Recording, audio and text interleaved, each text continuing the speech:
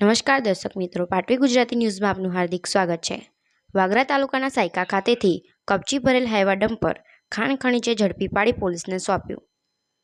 ભરૂચના વાગરા તાલુકાના સાયકા ખાતેથી ખાણ ખનીજ વિભાગ ટીમ દ્વારા કપચી ભરેલું હાઈવા ડમ્પર ઝડપી પાડી પોલીસને સુપરત કર્યું હતું।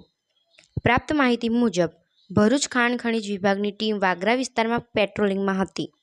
તે દરમિયાન વાગરા તાલુકાના સાયકા ખાતેથી કપચી ભરેલ હાઈવા ડમ્પર જેનો રજિસ્ટ્રેશન નંબર GJ16AV3043 છે, જેને ઝડપી પાડી વાગરા પોલીસને સોંપ્યું હતું।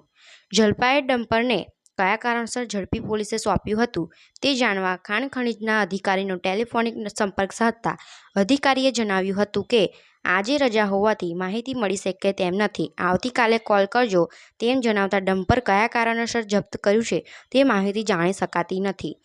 પાટવી ગુજરાતી ન્યૂઝ રિપોર્ટર માંચ મોહસિન કારા, ભરૂચ।